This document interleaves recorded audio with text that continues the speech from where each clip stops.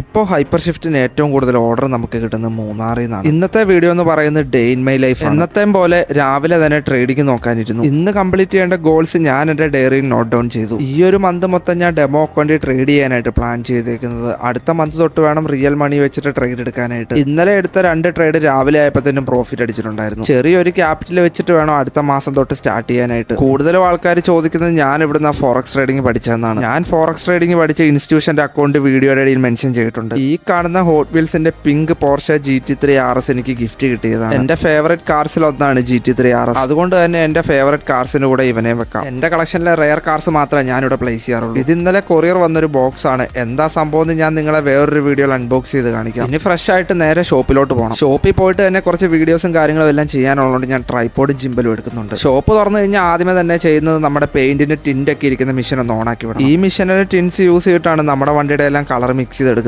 Hyper ഷിഫ്റ്റിന്റെ കുറച്ച് sample ആയിട്ടുള്ള colours നമ്മൾ പെയിന്റ് അടിക്കാനായിട്ട് കൊടുത്തിട്ടുണ്ടായിരുന്നു. അതിലെ ഒരു 7-8 പീസ് നമുക്ക് ഇന്ന് കിട്ടിയിട്ടുണ്ട്. നിങ്ങൾക്ക് ഷോപ്പിൽ വന്നു കഴിഞ്ഞാൽ ഈസി ആയിട്ട് കളർ സെലക്ട് ചെയ്തെടുക്കാൻ വേണ്ടിയിട്ടാണ് നമ്മളിങ്ങനെ ചെയ്യുന്നത്. കളേഴ്സ് നമുക്ക് ഓൺലൈനിൽ കൂടെ നോക്കിയെടുക്കാൻ ബുദ്ധിമുട്ടായിരിക്കും. അതിന് നമ്മളൊരു വെബ്സൈറ്റ് തന്നെ റെഡിയാക്കുന്നുണ്ട്. വെബ്സൈറ്റ് വരുന്ന കൂടി നിങ്ങൾക്ക് ഈസി ആയിട്ട് കളർ സെലക്ട് ചെയ്യാൻ പറ്റും. ഞാൻ വീഡിയോസ് ഒക്കെ ഷൂട്ട് ചെയ്യുന്നത് വിവോയുടെ X200 Proയിലാണ്. യൂസ് ചെയ്യുന്ന ജിംബൽ Insta360 Flow 2 ആണ്. ഇതിൽ എയർ ട്രാക്കിംഗ് ഉള്ളതുകൊണ്ട് വേറൊരാളുടെ ഹെൽപ്പ് ആവശ്യം വരുന്നില്ല വീഡിയോ എടുക്കാനായിട്ട്. ഇതെല്ലാം കഴിഞ്ഞപ്പോഴത്തേനും എനിക്കൊരു 4 വണ്ടിയുടെ ലെഡ് പെയിന്റ് എടുക്കാനുണ്ടായിരുന്നു. ഷെയ്ഡ് കാർഡ് മാച്ച് ചെയ്യുന്നതിന് മുന്നേ തന്നെ നമുക്ക് ഈ ലെഡൊക്കെ ഒന്ന് പോളിഷ് ചെയ്ത് റെഡിയാക്കി എടുക്കാം. പോളിഷ് ചെയ്യുന്ന എന്തിനാന്ന് ചോദിച്ചു കഴിഞ്ഞാൽ ഫെയ്ഡായി കിടക്കുന്ന കളറിനെ ഒന്ന് ഗ്ലോസി ആക്കി എടുക്കാനാണ്. ഇനി കുറച്ച് വാക്സ് കൂടി ഇട്ട് കൊടുക്കാം. ലെഡ് അങ്ങനെ പോളിഷ് ചെയ്ത് അടിപൊളിയാക്കി എടുത്തിട്ടുണ്ട്. ഇനി ഷെയ്ഡ് കാർഡ് വെച്ച് മാച്ച് ഷെയ്ഡ് കാർഡ് മാച്ച് ആക്കി എടുത്തിട്ടുണ്ട്. ഇനി പെയിന്റ് എടുക്കാം. പെയിന്റ് എടുക്കുമ്പോൾ എപ്പോഴും നമ്മൾ കുറച്ച് കെയർഫുൾ ആയിരിക്കും. എക്സ്പീരിയൻസ് ഉള്ള ഒരാൾ കളർ എടുക്കുമ്പോഴത്തേനും അങ്ങോട്ടോ ഇങ്ങോട്ടോ 2 ഡ്രോപ്പ് ഒക്കെ മാറിയാലും നമുക്കത് ഫൈൻ ട്യൂൺ ചെയ്തെടുക്കാം. ഇപ്പൊ പഠിച്ചുകൊണ്ടിരിക്കുന്ന ഒരാളാണെങ്കിൽ എപ്പോഴും കറക്റ്റ് കാൽക്കുലേഷനിൽ തന്നെ എടുക്കാം. അങ്ങനെ കളർ മാച്ചാക്കി എടുത്തിട്ടുണ്ട്.